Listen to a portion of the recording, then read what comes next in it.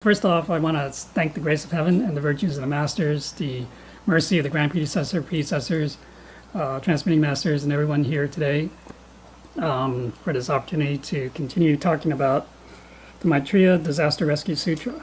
So today, this is where we are, or this is what we're going to we'll cover these 8 minds here today. So these are the next 8. We already covered 8 in the last 2 sessions. So this section, you can say it's basically about the 3 treasures and cultivation. Okay, so that's what this section talks about. All right. I think last time I didn't have the Lao Mu, the god, that character, but I have it in here now. And then the red characters, those are basically what I found to be, there's differences in some of these. They're like different versions of the sutra, believe it or not. But so the red characters are where there are differences. So here we see in this Lensi Shilai Bayanzi. Okay, but actually the one that, well, we'll get to it and get to each one of these. All right, so let's go on to the next. All right, so this first one, Lao Mu Jiang Xia Tong Tian Chao, and then Wu Ying San Qian Dui He Tong, right? So Lao Mu, of course, means God, and then Jiang Xia means to like descend or to lower, and then Tong Tian Chao. Tong means kind of like to penetrate, to go through. And then Tian is heaven or sky, and then Chao is like an opening. There's like an opening. So together, Tong Tian Chao is that referring to our heavenly portal, right? The first treasure. And then Wu Ying means shadowless, with that, no shadow. And then San is mountain. So actually, these 3 taken together, Wu Ying San, refers to the shadowless mountain, and then we'll talk about what that is. And then Qian means in front of, and then Dui is like, you can say it's like facing. I mean, it has a lot of other meanings, but and then He Tong is also refers to our holy hand seal. Okay, so when you kind of put this together, it's this. All right. Okay. So basically, when we left heaven, eons ago, when we say we left heaven, it means we left that from being in the Dharma Dhatu state. Okay, that was the absolute reality, absolute heaven state that we were in, and we, come into this world. When this universe is created, and then after a while, certain planets, they support life, and so that's when you can say the essence of the Tao, entered into these life forms, gave them life. Okay, so all right, so but anyways, we don't know how long ago we were born as humans into this world, but we know that in this cycle, right, everything happens in cycles. And so in this 129,600 years cycle, you could say humans probably been around about 60,000 years. Okay, so at least in this cycle, we've been around for about 60,000 years. How many times we've been reincarnating, we don't. It's hard to say. Now, okay, so but because of our ignorance, you can say, lack of understanding or whatever, we developed desires and attachments, which led to the creation of karma. Okay, so once we're in this world as a physical being, I guess we became attached to like the pleasures of the world, through our senses.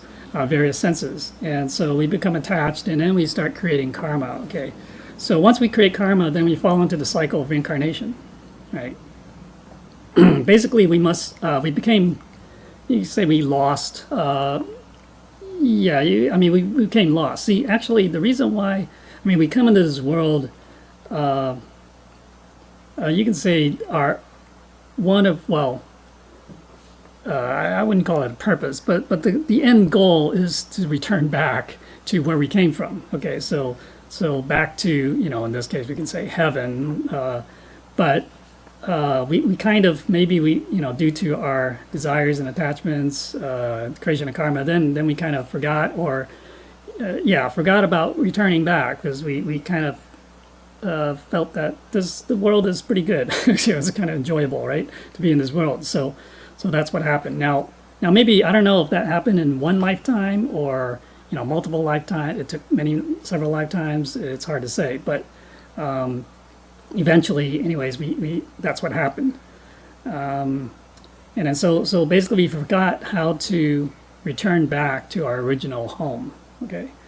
Or our original state of being, okay, in that Dharma Dhatu, the Dharmakaya state. Okay, so Lamu, right, in order to guide us back home, I had to descend this golden thread, the golden thread, and also, dispatch having saints and prophets, sages, whoever, to come into this world to spread these teachings about the Tao, about the truth. But and then the key, of course, is also the three treasures. And without the three treasures, at least now, anyways, we would not be able to return back. Okay, so this is kind of the very the basic thing fundamental thing that we really need. Okay, to return back home. Okay, but I mean it's necessary but not sufficient. Okay, so the sufficient aspect is that we have to cultivate as well, right?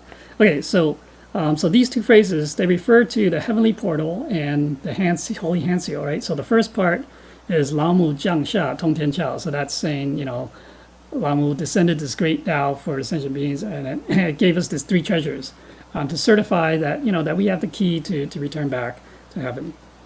The second one is, that's where it talks about the shadowless mountain, Wu Ying San Qian Dui He Tong. So this shadowless mountain refers to, in this case, it's referring to, you can say it refers to the heavenly portal, okay, the first treasure.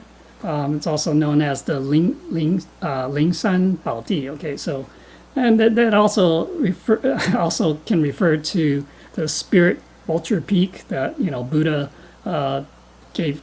spoke the dharmas at. So so it has multiple meanings. But okay, so let's see, the first, okay, so the first treasure, right, the heavenly portal, is like a gateway and the way to heaven, or to transcend life and death. Okay, we have to go through that portal, that gateway. If we do not have an opening or a way to return home, then how can we return home, right? So the opening of this portal is basically the enabler. That's the necessary condition, if you will. Like being, okay, so we can kind of use like an analogy, right? Say, like we can turn on a radio, right? So if we have a radio, we can turn it on. Now you turn it on, if it's not tuned to anything, it's going to get static, right? So opening the portal only gets us part of the way there.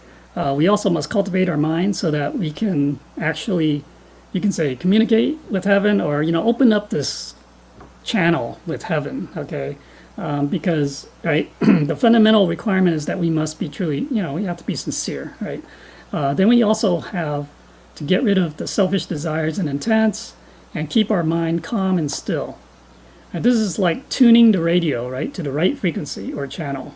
Right? So when we are on the same frequency or channel as the broadcast, then of course, then we can hear it. Okay, so we must have the proper mindset, right? So in order to carry out heaven's will, we have to know what heaven's will is, right? So how can we know what heaven's will is if we're not even on the same frequency, right? So people, they do their own thing. They think that it's right for them to do whatever they're doing, but that's because they're not on the same channel or the same frequency as heaven or God, Lamu, and so they're just doing their own thing based on their ego, their self, this false self, the delusion of their mind. Okay, so we have to make sure that we're not deluded, right, and that we know what is heaven's will, what is God's will, what are we supposed to be doing. Okay. Now, when Maitreya spoke the Jingong profound or subtle scripture, okay, so this is the other, so besides this sutra, right, that we're talking about today, and there's another a scripture that Jingong or Maitreya spoke when he channeled in the 100 Days in 1926. Okay, so that's this one that we're talking, that Jingong profound or subtle scripture. Okay, so now some of, so he spoke this in I think it's probably in the temple that he was, when he was alive, that his patriarchs, his disciples who were there, right, listening. This is, I don't know, this is according to one of the, I think this is according to some account that of what was happening there at the time, that, some of them, they saw, like, suddenly when he's talking about this scripture, that 3 mountains appeared behind him, okay, behind Maitreya. Okay, so these 3 mountains kind of like, you have the one on the left and the right are a little bit lower, and then the one in the middle is taller. And then there is like a kind of like a slope coming down from the tall one in the middle. Okay, so the 3 mountains together are called this Lingshan Baodi, okay, and then which is like the Great Spirit Mountain. Okay, but it's also known as the San Shan Po, which literally means 3 mountain slope. Okay, because there's the story in Wangmu or Lamu's I think 10 admonitions of children. Okay, so and there's that one scripture where Lamu says, how we came to this world is we left heaven at this 3 mountain slope, okay, to come to the earth, to come to the world, right? Okay, so this is it, but you can say that, I don't know if that's there's such a location, but you can say that it's a metaphor, okay, alluding to the fact that we departed or deviated from our true nature, so that the 3 slope mountain also, because remember, you see here, it refers to that heavenly portal, and so therefore it kind of implies it references our Buddha nature, the true nature. Okay, so it's saying that when we left that 3 mountain slope, we kind of departed or deviated from, you can say, our conscience or our true nature, right? From those principles. Then and we became attached to the pleasures of the world and forgot about returning home. Okay, so I would say that story that's given is actually, it's a metaphor, right? And then there's also that small spirit mountain, or that can also refer to, like, if we look at the lamps, at the altar lamps in the temple, right? So you have 3 lamps. You have the center one, which is the one that represents Lamu, God, and that's higher, taller, and then the other 2. Okay, so that's kind of also another, you can say, symbolic symbolism of this, the 3 mountain slope. Okay. Now, okay, so because this mountain is invisible, though, right? So that's why it's called the shadowless mountain. Now, the ancient contract or covenant, which is that holy hand seal, okay, that's basically our promise to Lamu. And it's called ancient because, it is basically our original promise to return home when we left heaven, at the 3 mountain slope, whatever. When we came into this world. Okay, so when we received the Tao, and we kneel in front of the altar after having been shown the holy hand seal and looking at the flame of the middle lamp, right? It's kind of a reminder to us of, we made that promise, and we forgot to return home, And so that is kind of a reminder to us that, oh, this is how we need to return back home. Okay. Okay. Let's go on to the next. All right, so the next line, 婴儿要想归家去，只念当来弥勒经. Okay. 婴儿 literally means infant or baby. And then 要想, it's like, I want to, or you want to, okay. And then 归家去. Now, 归 means to return, 家 is home, 去 is to go, so put that together as like return home. So basically, the infants or babies, want to return home. Okay, so we'll get to that. Who are these infants? And then 持念, you can say means always keep in mind, right? Or constantly, or sincerely to recite. Okay, so like reciting a sutra, for example. And then 当来 literally means to, it's kind of like in the future or something, what's to come. And then弥勒經, okay, so弥勒is Maitreya and Jing is Sutra. So it's basically talking about this sutra here, okay. So basically we have to constantly, well, one thing to do is to always to try to recite this sutra, like regularly, maybe like every day, at least we should try to recite it like every day. And then it could be many times, multiple times during the day too. All right. Okay, so we are all children. So these infants or the babies, basically that from Lao Mu's point of view, we are all like infants. Okay, until we become like Buddhas. Okay, so we all come from Lao Mu. All sentient beings are babies or infants in the eyes of Lao Mu. Right? We can also say that as infants, we really don't know. I mean, you can say we kind of innocent, right? We don't really know, or naive, right? We don't know any better. We don't know anything. Okay, so in other words, so we don't know what's good for us. That's why, we've become lost in the world and fallen into the cycle of reincarnation, right? We only think about our transient home, which is here on this world, but we don't know about returning to our original permanent home. Okay.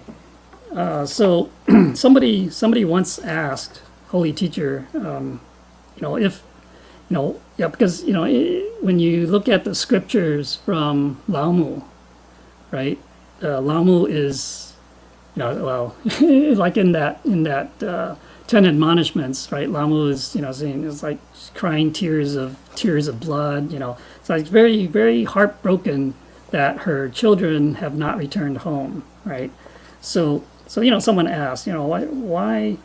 Okay, so why did she let us descend into this world in the first place? Why did we come here into this world in the first place, right? Okay. Now we're just like infants, right? So, okay, so. Why is there life to begin with? When the conditions are right, of this universe, everything started from the Big Bang or whatever, however it started, then everything kind of evolved from that. Okay, so, and then once through the evolution, perhaps, biological life became possible. The conditions were there for biological life to become possible at a certain point. And then so that's when you have life. And then so, but when we come into this world, we're originally, right, we are just like infants. Okay, now the Buddhist term, if we use the Buddhist term, it's Tathagata Garbha. Okay, so Tathagata Garbha means really womb or embryo of a Buddha. Okay, so I just say seed of Buddhahood here. Okay, so it's basically we have that potential to become a Buddha. Okay, but we are not a Buddha yet. So some people, they say, oh, we're originally Buddhas. There's a difference. Okay, so we weren't originally Buddhas. A Buddha, you have to become a Buddha through cultivation, through many, kalpas of cultivation to achieve that level. So originally we were not. I mean, if we were Buddhas, we would not get lost. All right, so So basically, we're infants. Okay, so we have this Tathagata Garbha, which is that seed or embryo of a Buddha, and so that's why everyone has all sentient beings have this is Tathagata Garbha. So we also can say that as a seed. Okay, so some people. Right. So even though we have the same, we have the same essence, right? This true nature, we call it the true nature or Buddha nature within all sentient beings. That essence is the same as what's the essence in the Buddha, right? But the difference between the Tathagata Garbha and the Tathagata, which is another name for Buddha, okay, is that, there is a difference. So it's just like an infant has to grow up to be an adult, right? So there's this process that they have to go through. They have to learn. They have to become mature, all that, to become an adult. Okay, so even though it's the same person, right? And obviously DNA, everything's the same, but it's just that there is a transformation that happens. Okay, so it's the same thing. So when we originally are born in this, this world that we're in, we have to kind of go through this transformation to become a Buddha. All right. Okay, so. But at the same time, even though sentient beings are not yet Buddhas, okay, but we still must respect all sentient beings, right? Because they all have that same essence and potential to become a Buddha, right? They all have the Tathagata Garbha.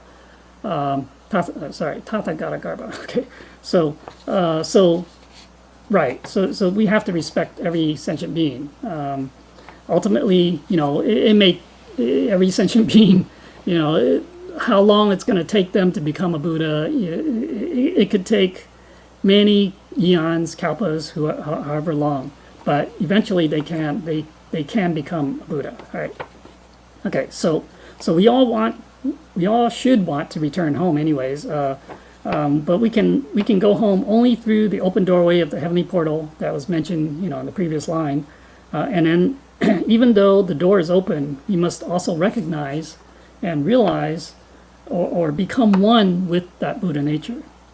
Okay, to let the Buddha nature and conscience be our master.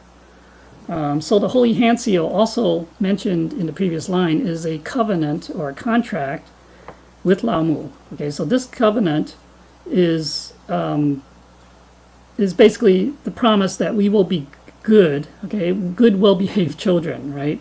To return, in order for us to return home. Okay, so.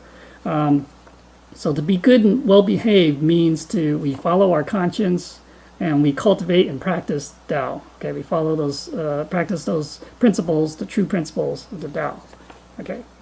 The second half of this line, so Tsinen Dalai Mila Jing, okay, so basically means to sincerely recite the sutra, right? Now here I'm going to talk about this story of this person. Later this person became this person by the name of Shi, or I guess Mr. It's probably a guy. So I think it's Mr. Shi. He later became a lecturer. Okay, lecturer Shi, and he had what we call yin yang vision, which means that he can see the spirit realm. Okay, so. And not only that, his spirit, he can leave his body. Okay, so I don't know what you call that, like astral projection or whatever, but his spirit can leave his body, okay, and travel to these different, spirit realms, right? And so one day, and this is, long before he received the Tao, his spirit, he left his body and he traveled. Apparently, he's like friends. I don't know if you want to call it friends with some official in the underworld. Okay, so anyways, he goes down, visits the underworld, but okay, in the underworld, there are these two, I don't know, you call them deities or something. They're called the Qi Ye Ba Ye, or they're also known as the Hei Bai Wu Cang. Okay, so these are like the two, some say they're like a, I don't know, it's like a horse face and a ox face or something, I don't know. But these two, I don't know, deities, or if you will, they are responsible for bringing the souls, so everyone has a limited lifetime, right? And it's basically, you can say it's basically predetermined. Okay, so when we're born, it's already known how many years we're going to live, and then the circumstances of our death, all that, because that's already fixed due to our karma from the past. Okay, now of course we can change that too. We can change that fate. Okay, change some of the things that are predetermined. But for most people, they just follow it, and then so it follows the predetermined path. Now, so when people reach the end of their life, then these two, they come and collect the soul. They bring the soul back to the underworld to report and to basically be judged and where to go next. Okay. Right, and then they carry like these chains, the chains to basically shackle the souls, right, that they take under their custody. So some people, they hear like the sound of chains clanking or whatever. So if you hear these, then these deities are probably nearby, okay, and somebody's time is up, right? So, but anyways, during this outing, okay, so these two deities, they were going to a particular house. Now, along the way, there were other like wandering spirits. Okay, so and these two are being accompanied by this Mr. Shi, or later, yeah. And so, and Mr. Shi. So this is kind of what Mr. Shi was, wrote in terms of, this is his story that he's telling, and so he sees like, quote unquote wandering spirits around. Okay, so these spirits are spirits who are souls of the people who kind of died before their time. Okay, so that's possible too. Could be there really could be an accident where someone dies before their time, and so so they tend to kind of stick around. Because they have nowhere else. They're not supposed to go to the underworld. They have nowhere else to go, so they kind of stick around near where they died. Okay, and so these spirits. So when these two deities, okay, the 7 and 8, okay, we'll call them 7 and 8 deities, start coming through. They started, these other wandering spirits, they started to hide because they don't want to be taken by them to the underworld. Okay, but all right. So anyways, so they get to this house, right? And they kind of stood outside the door. Now inside this house was an ailing mother and her son, who was next to her bed, reciting a sutra. Okay, so now the 7 deity. He asked the other one, why don't we go and take her soul, right? Because it's her time is up, right? The 8 deity says, well, no, they couldn't do that because the son was reciting the Maitreya Disaster Rescue Sutra. Okay, so this sutra that we're talking about. So Mr. Shi, what he noticed was that the son also had a small circle of light emanating from his head, okay, from the sun's head, right? So this is actually because the sun had received the Tao, right? So remember, when we receive the Tao, our heavenly portal is open, and it's kind of akin, because we have this light within us, right? The Buddha nature, that essence is light, okay? And so, and opening up that portal means there's now a little opening, a little hole, like I don't know how big, but a pinprick, let's say, and there's a little bit of light coming out. Okay, so that's what we see. And okay, so that's what we saw. Okay, now the second, so that first day they went and they had to go back empty-handed because they couldn't take the mother. Okay, so mother's soul. The second day, Mr. Shi again joined the 7 and 8 deities to go to the same house. Once again, they could not take the mother's soul because the son once again was reciting the sutra. Okay, so Mr. Shi, who had not received the Tao back then, right? So he was curious, and he went to visit the official in the underworld, right? Who was, I guess, his friend. So he asked him about this. He says, why does the sun have this small circle of light emanating from his head, right? The official explained that, well, in the human world, if we can receive the point transmission from this master, right, then our names can be deleted from the underworld and registered in heaven. Now, Mr. Shi at the time, he didn't really believe this. And so, but anyways, on the third day, so actually on the third day, what happened, second day, again, they failed to bring the mother's soul back.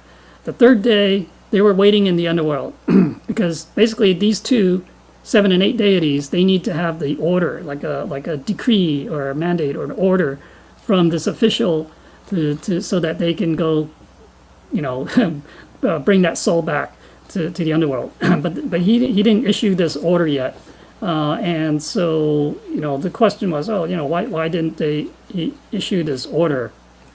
Well, it turned out that the transmitting master.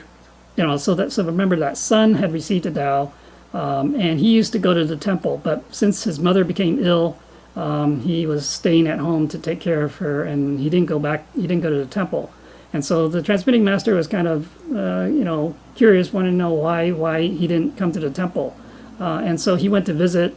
He found out that his mother is ill, and so they either took.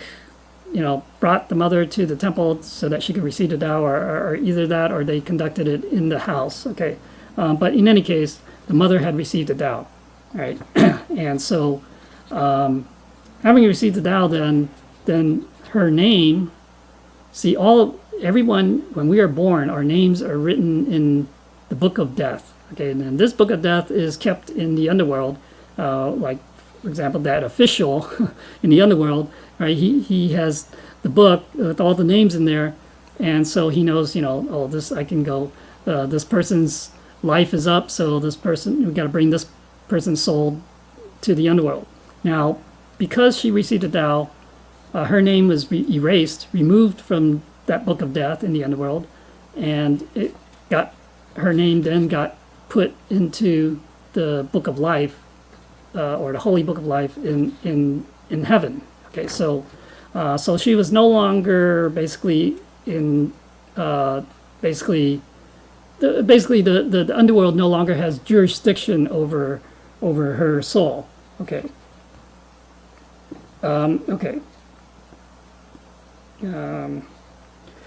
Right. So then Mr. Shi realized that, well, if he can receive the Tao from this heaven mandated master, then we can transcend life and death reincarnation.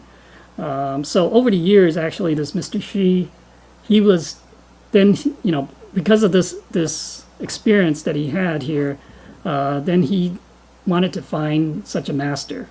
That was mentioned by that underworld official. So I think it took him like about 18 years, before he eventually found basically what we call a transmitting master to be able to receive the Tao. Now, according to what I had read or heard, is that he had passed away. He's long passed away, and his ashes are kept at the Ling Si's, one of their temples. Okay, so that's another unit of our Fa'i group. Okay, so apparently that's where he had received the Tao. Okay, so what does this tell us is that the sutra can protect us. Okay, so the sutra can protect, when you use it, it kind of like it protects whoever. Okay, just like when I used it in the ICU, right, and I thought, maybe it can be because, or I was told that, hey, you can ward off or dispel this evil or whatever dark forces, right? And so, and it seemed to work. Okay, so that was affecting my mother. And so when I recited sutra, yes, those spirits kind of, or whatever it was, kind of left her alone. Okay, so it's also the reason why when a Dao Kin passes away, right? So when someone who's received the Dao, we recite the Maitreya Disaster Rescue Sutra to send, you can say, kind of like to send the soul along its way to heaven. Okay. Although usually I think our holy teacher, Jigong Living Buddha, will kind of bring the deceased back to heaven if that's where they're going. I mean, if a person who received the Tao, they never cultivated, maybe they, whatever, they still had a ton of karmic debts, they may not go back. I mean, that's so, so it's not everyone. Okay. Now, the other thing is that this sutra, reciting this sutra, is really only useful for those who receive the Tao, and we must be vegetarian when we recite it to have a greater effect. Okay, so I mean, so if we are not a vegetarian and we want to recite the sutra, we should at least be a vegetarian during that day that we recite the sutra. Okay, so that again, that will have the greatest effect, right? Okay, so of course, if all we do is just to recite the sutra, right, that's still not enough for us to transcend life and death. We still must recognize the Buddha nature and follow our conscience, right? Then we must cultivate virtues and perform merits, right? Ferry people, self-reflect, introspect, and repent of our wrongs, okay, wrongdoings. Only if we truly cultivate and fulfill our vows, then we can return home and stay there, permanently. And then, well, the only time that we would come back is if we made a vow to come to this world, okay? So, yeah, right. Okay. Let's see. Let's go on to the next. All right.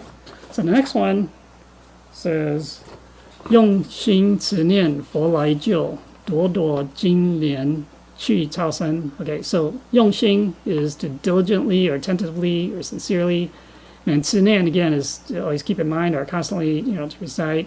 佛 means Buddha. 来救 is to come, to save, to rescue. And it's so 用心持念佛来救. Okay, so basically that first part is saying, if we diligently, sincerely, either recite or actually in this case we're really talking about cultivating, then the Buddhas will come and help us when we are in need of help, like in danger. Okay, and then the second part, duo, that's like a measure word for each flower. And then Jinglian, so that's a golden lotus.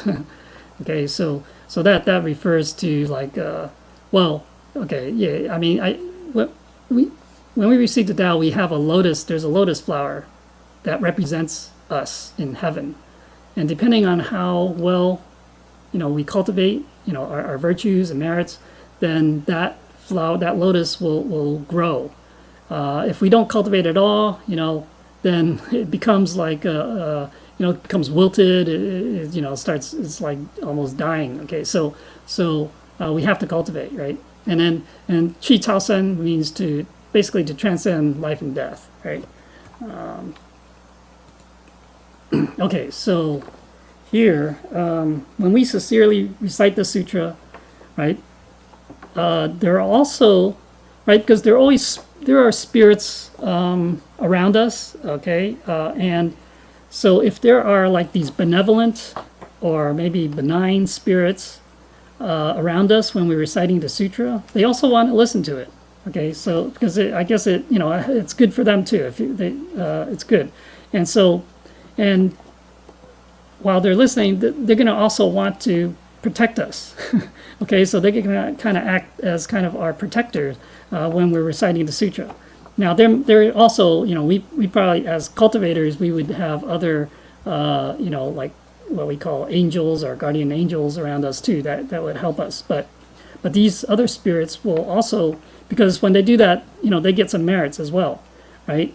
So, okay, so for these spirits, this might be one of the only ways for them to cultivate, right? Because without a body, it's very hard to cultivate. So we're very fortunate that we have this body and that we're healthy and we can actually cultivate and do things, right? And so when we no longer have a body to do it, then it's very difficult, okay, to cultivate.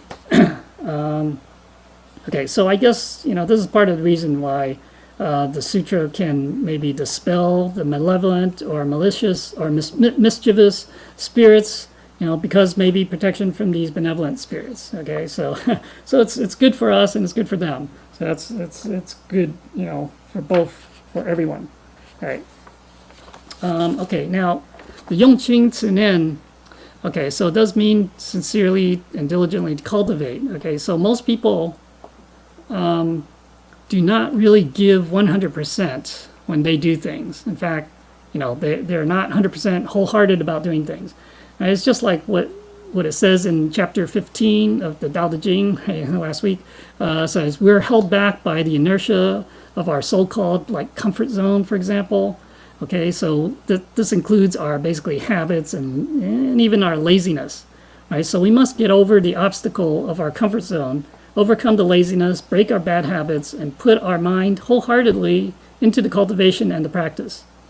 I always say that actually the important thing is not necessarily what we accomplish, but whether we put in the sincere and diligent effort in any of the undertakings, okay, in our cultivation.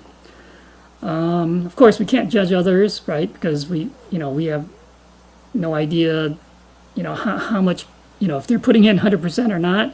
But of course, Lamu, Buddhas, heaven, they all know, okay? The spirits know if we are doing enough or what we're capable of doing, right? So, but, based on, so we have to take what we learn of the Tao principles and use it in our lives to live and breathe the Tao. Right, so based on our truly sincere and diligent cultivation, if we help other sentient beings, then the Buddhas will naturally help us when we are in danger, right? So because helping sentient beings is really like helping the Buddhas, because from the Buddha's point of view, they're all they're all one, okay? So it's just oneness, okay? So they feel that sentient beings are part of them. And so if we're helping sentient beings, then we're helping them, the Buddhas, you can say. And then, so the Buddhas will definitely help us.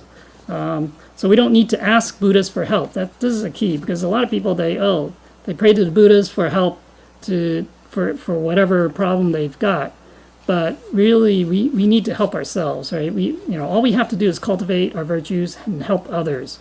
Then we will get the help that we need, right? Now, obviously, the help, it's not like, I want to make more money, whatever. It's not that kind of help. Okay, so. Okay, so basically the help from the Buddhas then becomes automatic, and we don't have to ask for it. As long as we sincerely and diligently cultivate and practice, then we can achieve a noble rank. Okay, so the talking about that lotus, right? The golden lotus, right? So basically, it can also refer to like the lotus platform that like the Buddhas have. Okay.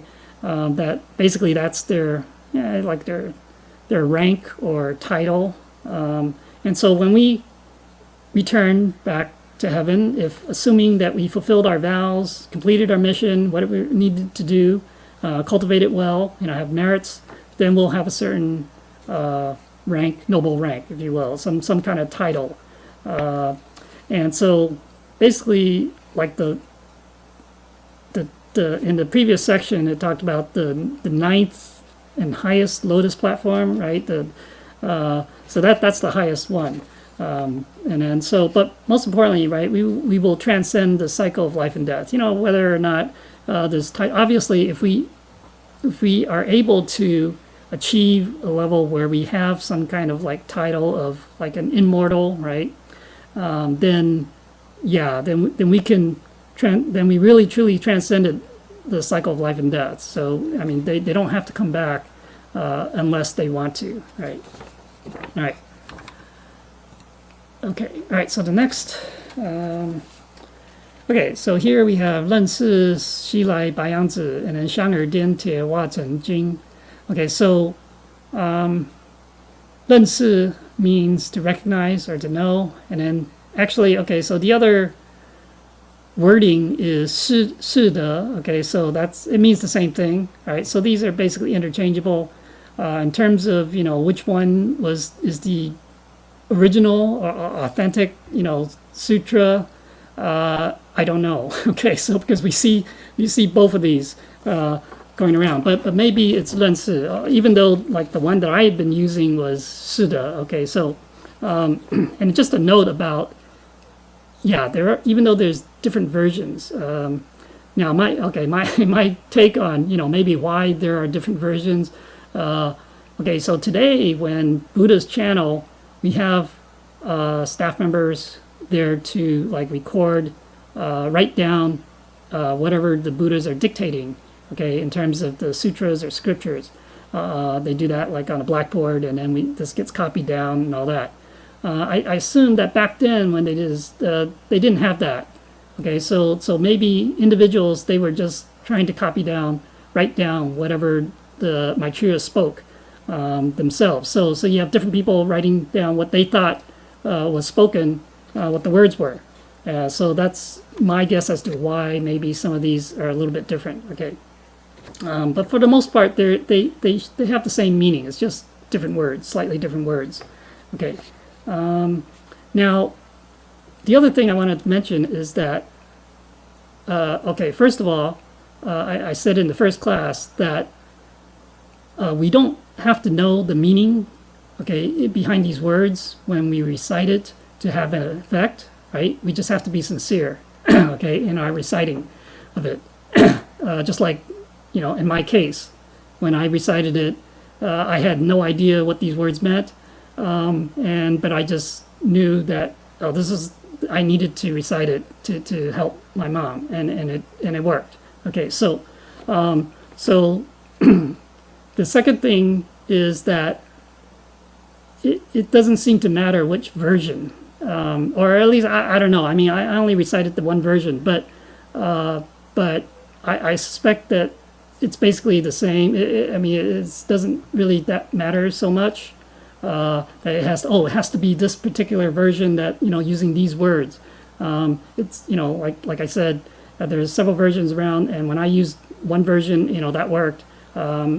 Okay, so I think that's. But of course, in terms of if a group of people are going to recite together, then of course they should use the same common version, one version. All right, all right. Okay, so 西来 is basically referring to coming from the west, or also could mean Western heaven, right? In the Tao, we talk about the east points, or the east refers to this world that we're in, and the west refers to heaven. Okay, so that's why like Amitabha has the Western paradise world, heaven.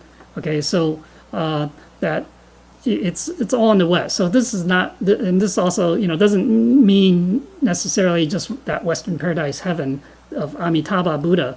It's basically refers just to heaven. Okay, so and then 白羊子, okay, 白 means white. 白羊 is the white era. Okay, the white yang, and then 子 is like sun. Okay, so this kind of refers to the sun of the white era, or you could say basically cultivators of the white era. And then 香儿 is hometown sun. Okay, so 颠铁化成经. Okay, these last five I put together. It's basically to transform iron into gold. Okay, so kind of put simply, basically you can say refinement. Okay, process, cultivation, right? Okay, so we have to recognize where we come from first of all, right? The Western heaven does. Okay, so like I said, it doesn't doesn't just mean Amitabha's heaven, right? Because each Buddha, they actually have their own heaven, right? So, but it refers to the absolute heaven, or Dhammadhatu. So having received the Tao blessing means that we know where we come from, right? Because the way is pointed out for us to return home. Okay, so that way is a direction and a goal. The direction tells us how to cultivate. The goal is what we are cultivating to become, right? So remember, we just talked about 2 lines ago where we all have that Tathagata Garbha, right? The seed of Buddha, the embryo or seed of Buddhahood within us. So receiving Tao helps us to transform ourselves from the mundane into something vastly more precious. Here, the metaphor is to transform iron, which can rust, right, and into gold. Okay, or I guess that could also refer to diamond, because in Chinese, Jinggang means diamond. Okay, so it uses also that word Jing, and okay, so it refers to cultivators transforming themselves from basically normal, mundane people into saints and sages, right? Having the Vajra, V-A-J-R-A, right? That the indestructible self. Okay, that's where. So like the Diamond Sutra, right? It's the Vajra something. Okay, I don't know the full title of that, but it's referring to that indestructible, unchangeable, true nature, the Buddha nature. Okay. This does not mean the physical body, right? But the true self, right? So one that is indestructible outlasts the changing conditions of the world and is not subject to birth and death. Okay. Now let's see. Well, I had heard another interpretation of this, the West. It's kind of weird. I'll mention it here, but it's a little bit strange. So I'm not gonna. All right. Okay. So let's go on to the next one. 每日自心常持念，三灾八难不来侵. Okay. So this 每日 means every day. 自心 means like a firm intent or aspiration. 常 is constantly, okay, and 持念, again, we've seen this before. Okay, so basically 常持念 is like constantly, reciting or we hold fast to in our mind. Okay, and then 三灾八難 together. This basically refers to all sorts of calamities, disasters, illnesses, anything you can think of. Basically, that any kind of misfortune that can happen. Okay, and then 不来侵 means will not encroach. Okay, so will not encroach upon us, right? So it's basically saying that, if we, every day, if we maintain this, we constantly like reciting, for example. Well, it's not just reciting. We have to really cultivate, and then these disasters will not befall us. Okay, all right. So on one level, this is about reciting the sutra and also holding fast to our center, right? The center is our the heavenly portal or Buddha nature. Okay, of course, reciting the sutra is helpful, but the sutra really is telling us to continue the aspiration and path of cultivation and attainment of Tao, or becomes Buddhahood. We have to kind of continue that or maintain that aspiration every day. We have to sincerely, wholeheartedly, and diligently cultivate with resolve every day, meaning we should try not to slack off or take a holiday from cultivation, right? So this is like, it should be, nonstop, okay? Uphold the precepts, right? Observe the temple rules and regulations, get rid of 3 poisons, let go of all attachments, rectify our mindset and attitude, transform the negative into the positive, as Holy Teacher gave us in like the 12 relinquishments, for example, right? Which, basically like we want to transform the negative. So like confrontation, transform into love, suspicions, we transform into trust, indifference, we transform into caring, criticisms, we transform into compliments, bickering, we transform into magnanimity, envy into rejoicing with others, greed into giving, etc. Okay. So when we are kind and merciful,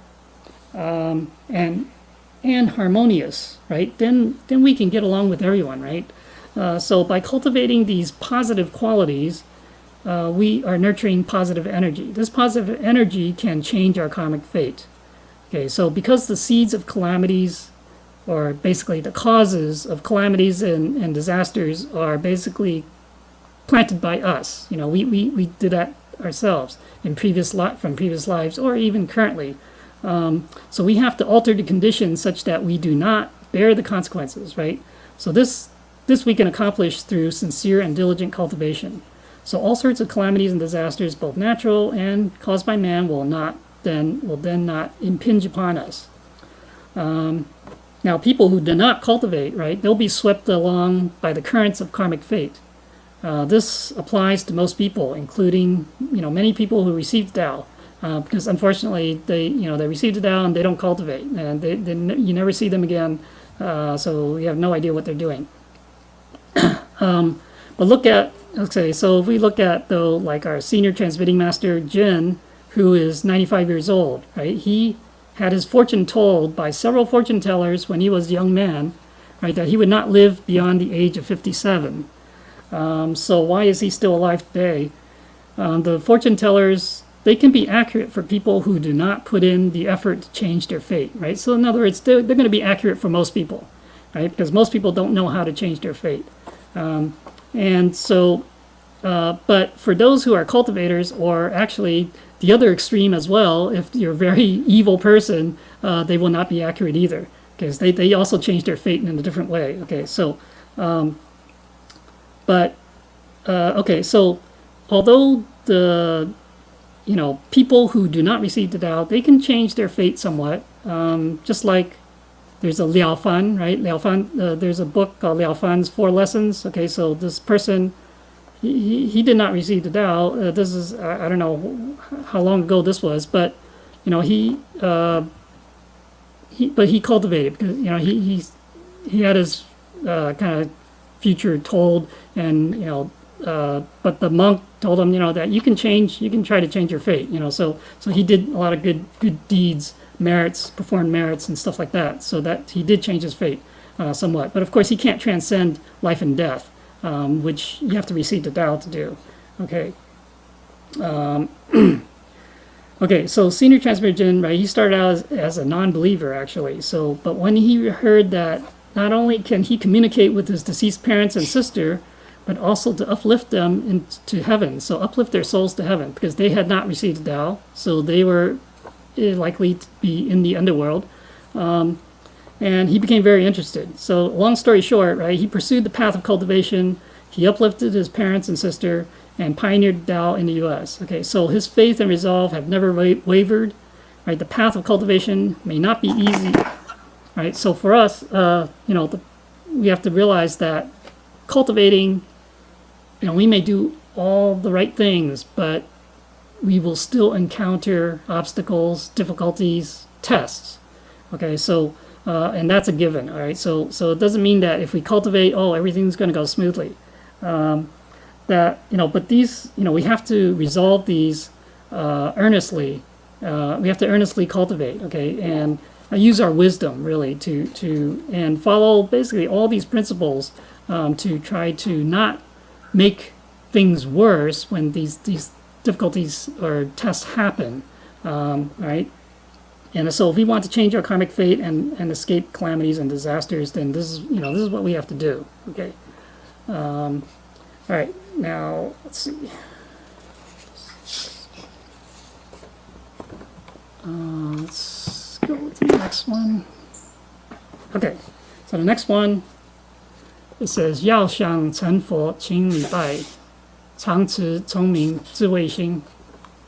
All right, so 要想 again is want to. Okay, 成佛 is to attain Buddhahood. 请 is diligent.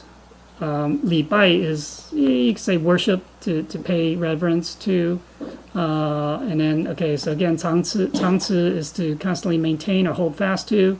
聪明 is, intelligent. 智慧 is wisdom, okay, and then 心 is heart and mind. Actually, so it's actually those last 5. 聪明智慧心 is, basically referring to that true wisdom that we have within us. Okay, so, okay. So seeking, so if we want to attain Buddhahood, then we must earnestly kato. Basically, like in the temple, we do the bowing, and we practice the proprieties in the temple. Okay, so but it's even more important to actually learn from and follow the way of the Buddhas and saints. Those who are ignorant and delusional will not follow the way of the Buddhas. Okay, so as a cultivator, we know that life is unpredictable and impermanent, and we will not become attached to the material things.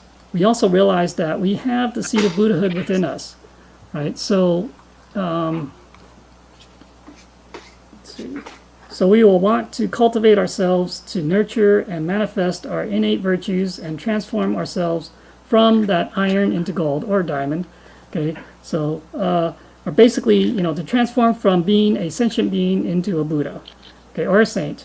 Right? So as we continue to transform ourselves, it is a manifestation of our wisdom, and our wisdom also will increase more and more. Okay, so we must constantly hold fast. You know, basically, constantly. What I'm saying is like 24/7, basically. Okay, so hold fast to the mean, the center, right? Our conscience, our true principles, the heavenly portal, the Buddha nature, right? In order to nurture our innate, marvelous wisdom. You know, so what is this wisdom, right? When we like thinking, right, conscious mind, we think and scheme, let's say, about making money, getting material things, etc. That's not wisdom, okay? Our action should be based on the concept of wu-wei, right, or non-motivational action, which comes naturally from the Buddha nature, right? It's unconditional. And you can also say that it is action without desires or attachments and is unbiased and selfless. Right, so externally, it is what we call sui-yen, right, which is to be harmonious with the affinity. Okay, so we have to be in harmony with whatever the affinity is. Right, so nothing is forced, right, because it is not driven by ego. Right, because we've taken the ego out of it. So always respecting others as if they are Buddhas. Okay, so that's kind of what to guide us in our actions. Okay, so I believe, all right, so I guess we might as well stop here since we do have some sharing to do after. All right, so I don't know, are there any questions about these? Okay, if not, if I had said anything wrong or not satisfactorily, I asked the Buddhas and Maitreya Buddha for forgiveness, and also the transmitting masters and lecturers for their corrections. Thank you.